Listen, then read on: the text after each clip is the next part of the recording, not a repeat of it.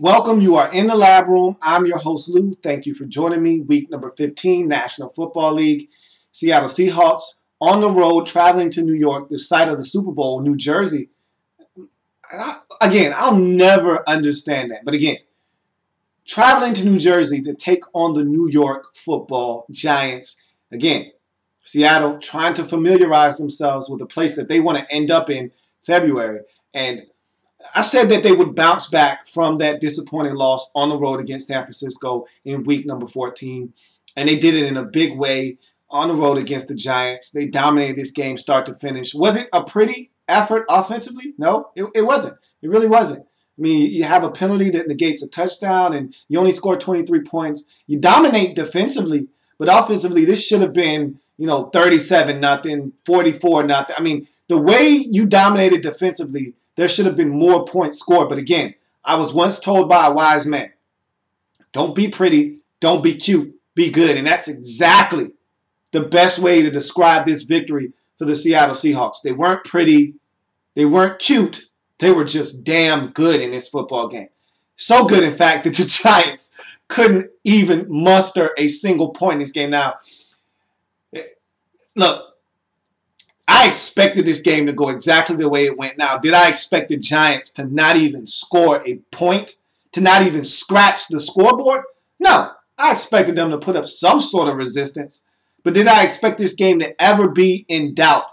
Did I ever expect this game to be in the balance? No, because Seattle is head and shoulders above this Giants football team. And I expected them to go out and dominate this game start to finish, and they did. Did I see Eli Manning throwing some picks? Sure, I did.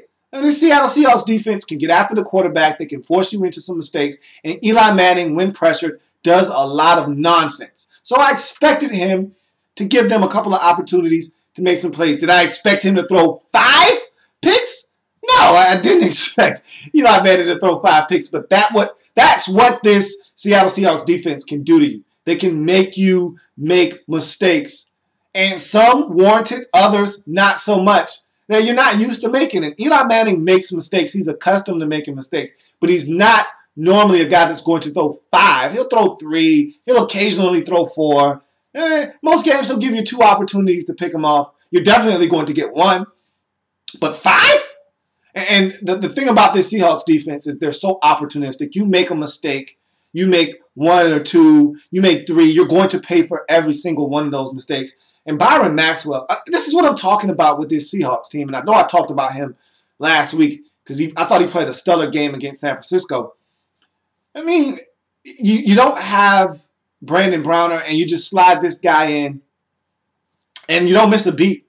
I mean, honestly, if Brandon Browner doesn't come back, do you care? I mean, sure, you as a Seahawks fan, you might be a little concerned. You might want Brandon Browner back, but I mean, if he comes back, it just makes your secondary that much stronger. But if he doesn't, don't you feel confident with Byron Maxwell out there anyway? Don't you feel good about him being out there, out wide, covering the other team's second best receiver? In some cases, their first. Don't you feel good about that? Don't you feel like that's a matchup you still can win? That's what great great scouting and talent evaluation and great GM-manship, I just made that word up, but can do for you. I mean, John Schneider knows what a Seattle Seahawks player looks like. He sees the guys, they fit the profile, he brings them in. And that's what good GMs do. They find players that fit. See, every player doesn't fit on every single National Football team. And that's what you got to realize. Every National Football League team can't go out and draft Byron Maxwell and have him be productive. Some teams don't have the right coaches in place to develop the talent. Some teams don't have the right scheme to fit his skill set.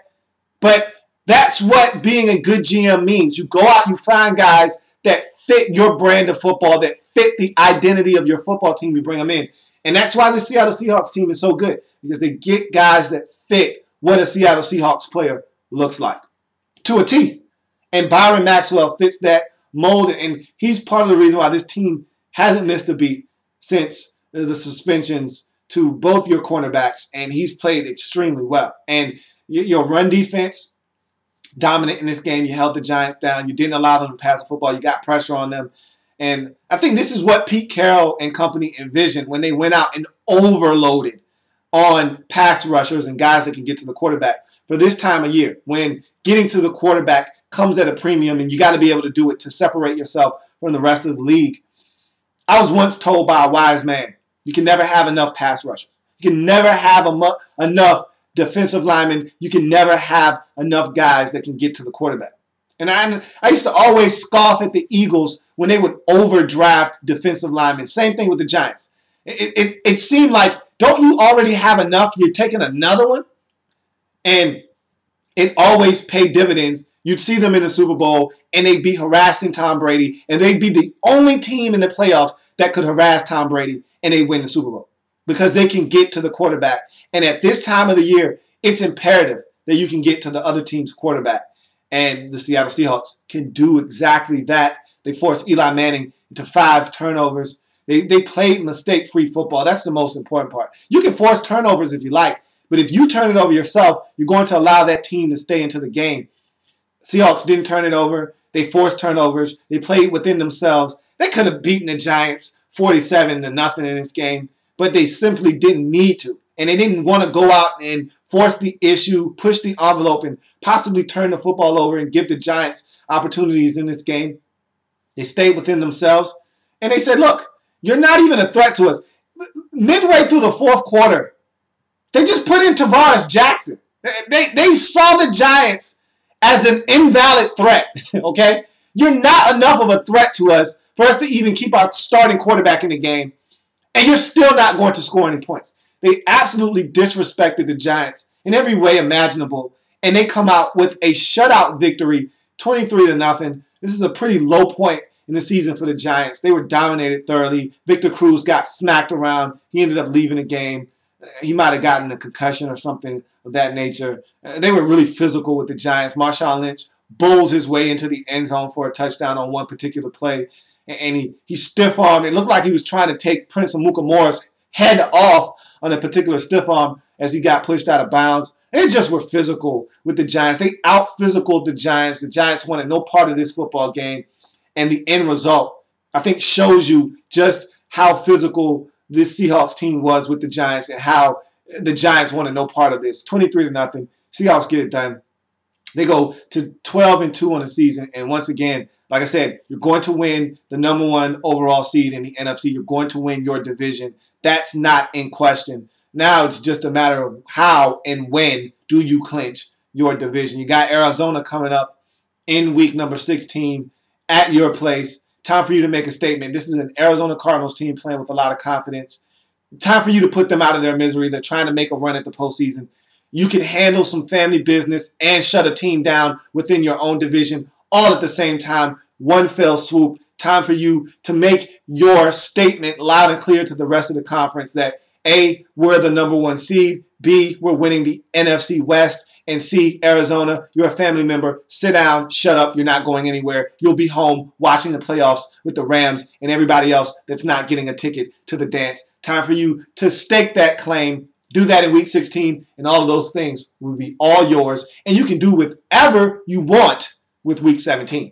So, that's going to do it for this video. Giants don't put up much of an effort in this game. And like I said, the Giants have been a bad football team all season long, and they showed that in this game. Very lackluster effort. And Seattle comes in, dominates, leaves with a W. 23-0. They go to 12-2 on the season. And like I said, everything is there in front of them. All they have to do is take care of business, and everything else will take care of itself. So that's going to do it for me here on the program. Giants fall to 5-9 on the season.